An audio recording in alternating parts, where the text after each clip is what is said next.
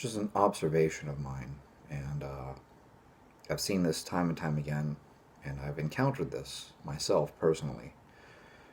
People seem to think that there is a secret training program, and that actually doesn't surprise me because a lot of people out there are very secretive about their training program. It's an interesting thing. I don't know why. Uh, Maybe there's something to it. Maybe it's the marketing. Maybe it's I don't want to tell you what I'm doing. That way you pay me to write your program for you, or you pay me to, join my, I don't know, Facebook group or whatever it is that people are doing. Certainly it makes sense whenever people are an author, right? So I wrote a book, let's just say I wrote 531, right? And why would I tell you everything that's in the book? Then you don't have a reason to buy the book. Jim is actually pretty open. Jim flat out tells people exactly what it is and writes multiple articles telling you exactly what it is. So if you read the free articles on his website, you know exactly what 531 is. But you'll see that many people don't do that. Many people are very vague when they discuss what they do. And then at the same time, you'll see that there's a lot of disbelief from people. People seem to not believe that this person's actually doing what they say they do. I see this in diets as well. People seem to not want to believe that this person's doing the diet that they say that they're doing. And then you'll notice that people are also pretty secretive about that, which is strange to me. There's probably an advantage to it from a competitive standpoint. Like if I was a competitive powerlifter or a competitive weightlifter, I wouldn't want to tell people all my training secrets because I want to have an edge on my competition. Similarly, if I really did have some diet that was giving me some advantage, I wouldn't want to share that with other people because I'm looking to win. I'm not competitive in anything, so I'm pretty open about what I do. And yet, I think because of the fact that there are so many people who are secretive about what they're doing, people have a hard time believing me. They don't want to believe that what I'm doing really is as simple as I say it is. But I will talk about my secret training program, and hopefully you can use this for your secret training program. My secret training program is so simple that you won't believe it. So I squat, I snatch, I deadlift, and I press.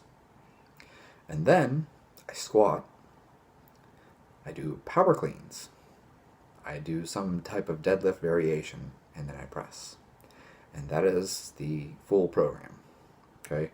So that's 8 days worth of training, that's 8 workouts, right? And that might get split up across 2 weeks because, maybe I have to take a day off here and a day off there, or it might be a week and a half. It could be 3 weeks for all that matters because, maybe I have to have a medical procedure, maybe I have to have an MRI one day, or I have to have, whatever is done. So, days off come as they come. I don't even plan for days off because I have to take so many of them off unpredictably. I don't sit there and be like, well, 1, 2, 3, 4 day off, 1, 2, 3, 4 day off. Boy, if my life was that perfect, well, that would just be amazing. But it isn't. So my schedule could be like 1 day on, 2 days off, and then 3 or 4 days on, and then a day off, and it's chaotic. So I just repeat the same 8 workouts over and over and over. Squatting twice, right? Doing deadlifts or some type of deadlift variation twice, pressing twice, and then I alternate snatches and cleans. That's it. As far as the programming of the actual workout itself, oh boy, this is really going to blow people's minds. I work up to a heavy single, and I see how it feels. There isn't a percentage. I'm not like, hey, 90%, 95%. Some days, 80% feels very, very heavy. I'm not going to go past that because if it feels like it's moving slow, it's probably moving slow. And the really easy way to gauge this is I take my phone, because it's crazy. I know you guys aren't going to believe the technology that I have these days. I have an iPhone 5, and it has a feature on it where I can record a video. And so I just film myself doing that heavy single. And if it looks like it's slow and it looks like I'm straining, then that's too heavy. Right? Because if it's moving slow, that's not going to have good transfer to things like cleans and snatches, which should be moving fast. So if I look like I have a stick point and I barely made that squat, take 10, 20 pounds off of it and do it again. And if that one moves smooth, then that's the weight to work at. So I work up to a heavy single, see how it feels, and then I do 4 to 6 singles. That's it. That's the whole program. Same thing goes for snatches and cleans. I work up to something that feels heavy-ish. I take a look at it and I go, oh, that moved well, or that didn't move well. And then I do 4 to 6 singles. Same thing for the deadlift variation, presses, etc. I take a look at it and go, oh boy, that looked really bad. Take some weight off. Or sometimes I look at it and I go, you know what, that's just right. And then I just stay at that weight. That's how I do my programming. My programming is really quite simple. I work up to something that feels kind of heavy-ish, and then I do 4 to 6 singles at that thing that feels kind of heavy-ish. And it could be 70%, because maybe I had a really bad night and I'm not feeling well, I'm dehydrated, I didn't sleep well, whatever it is. Something's just off that day. Now, if I feel like absolute hammered shit, I'm just going to take the day off. So if I feel shitty, I'm just going to take the day off. But sometimes I go into a workout and I feel fine. Like, I don't feel like I'm exhausted, I don't feel shitty, but yet when I go to pick up the bar, it just doesn't feel like it's moving. And on those days, I just kind of auto-regulate. Once that's done, then I move on to some type of assistance or accessory work, okay? And it really isn't anything all that incredible. Maybe if it's something like body weight work, I'll do like 5 sets of 20 walking lunges. Maybe I'll do 5 sets of 10 pull-ups. Maybe I'll do 3 sets of 10 pull-ups. It's not like it's anything specific. I kind of just do a movement and see how it feels. So like on a day where I press, I'll grab a dumbbell, and if 25 pounds feels like a good weight for a single arm overhead press, then I'll do sets of 15 to 20 reps of a single arm dumbbell press, and that's it. Some days it feels better, so I grab a 45 and maybe I do 10 to 15 reps of a 45-pound single arm dumbbell press. So I finish my presses and I move on to a dumbbell press. It really is that simple. Sometimes I finish my deadlift workout and I'm like, you know what? My hamstrings feel like shit. I'm not doing any more assistance work. And sometimes I finish it and I go, my hamstrings feel good. I'm going to do some kettlebell swings, and maybe I'll do some hamstring curls. I like to put on ankle weights and do standing hamstring curls. I find those to be way more effective than doing, the laying hamstring curls. And that really is how simple my program is. It's nothing amazing. Like, I could write it down on an index card for you, and you would have my entire program. It's basically choose a compound lift, like a squat, deadlift, whatever. Work up to a weight that feels heavy-ish. Do 4 to 6 singles, and then pick a couple movements that are, complementary to that. 2 to 3 movements that are complementary to that, and just get some reps in. That's it. Like, this is nothing amazing. You finish squats and you say, okay, I'm going to do some hack squats, which I mean real hack squats, not machine hack squats. I mean the actual Hack and Schmidt style squat where you hold a weight behind you. So do, 2 to 3 sets of those. Maybe 15 to 20 reps, and then maybe 2 to 3 sets of sissy squats, real sissy squats, not machine ones, but the actual, like, standing with your feet on the floor sissy squats. And who knows, maybe I'll do some step ups, some lunges, whatever, and that's it. Like 2 to 3 movements, get some reps in, and that's your whole workout. Okay. And people are like, that's too simple. And trust me, it isn't too simple. If you are truly pushing hard, that is not a simple workout. That is a workout that takes probably around 45 to 60 minutes.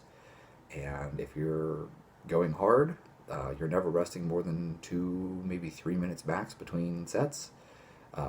You're not dicking around on your phone. You're, focusing and getting yourself dialed into the next one. And that's my secret training program, right? And people want to believe that there's some secret out there, but there really isn't. This is one of the things I've tried explaining to people. And this is something that I should probably do a separate video on, but I'll go ahead and throw it in here, and then maybe I'll do a separate video digging deeper into this. When you deal with amateurs, amateurs sit around and talk about things that are really unimportant. What's the purpose? What's it's like people sit around and they think there's a magical set and rep range. Like, well, 5 sets of 5 is better than, 8 sets of 3. Probably not. Probably not.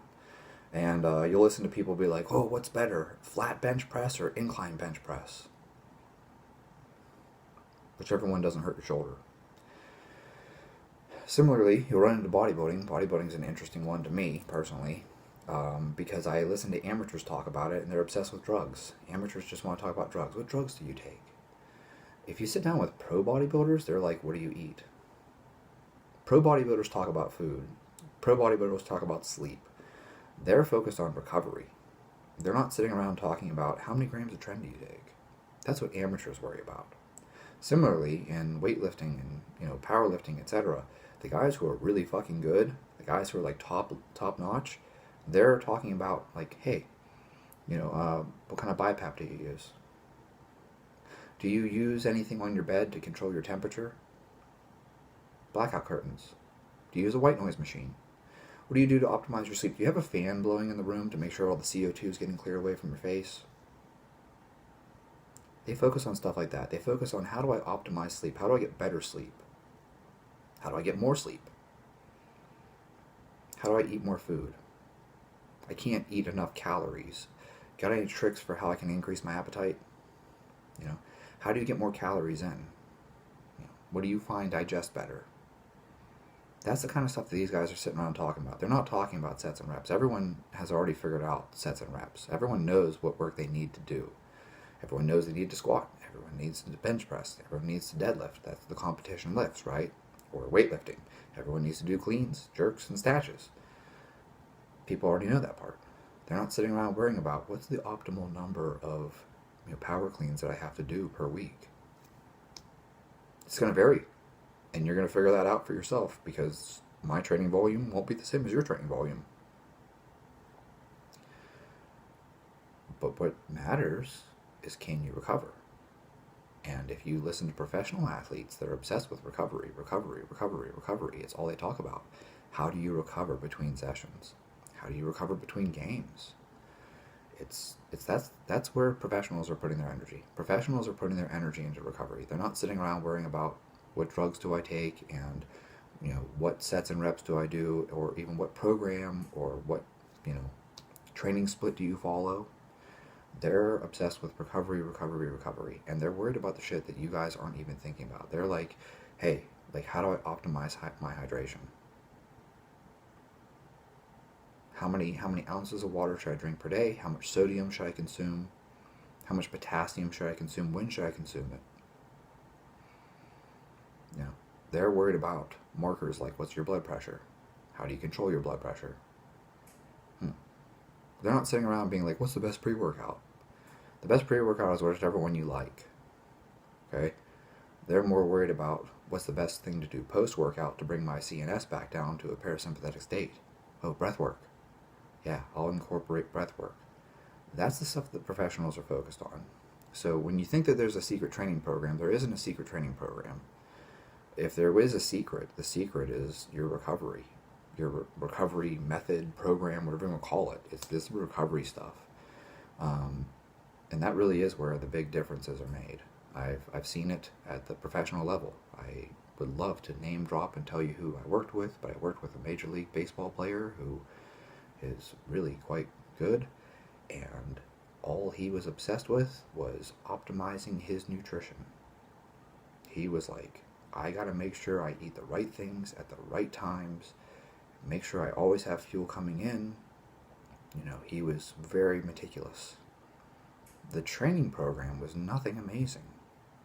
You guys probably train harder than he did, or at least you probably do more volume than he did. I should put it that way.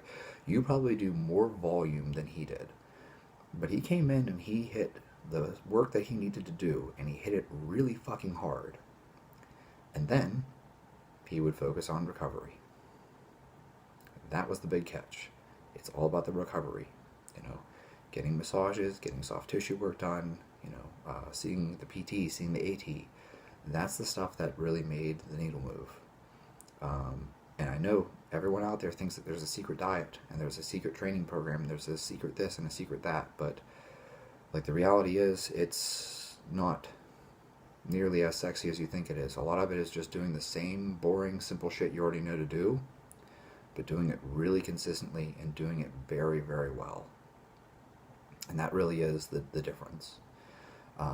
So I hope this helps people. I hope this gives people some insight. I hope this helps you relax a little. Stop obsessing over what the perfect macros are. Focus on what's the right food for you. What food digests the best, right? That probably matters way more than having the optimal number of grams of protein and the optimal number of grams of carbs. Sure, yeah, your macro split kind of matters. I'm not going to sit here and tell you that it doesn't. But if you're eating a carbohydrate that you don't digest well, you're not going to feel well. You're going to be distended and bloated, and you're going to feel shitty.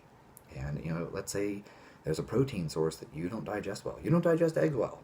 And so you've got the right number of grams of protein, but you don't digest it well. Well, that's going to be an issue. So focusing on things like digestion, focusing on things like sleep, that's really where the big movers are.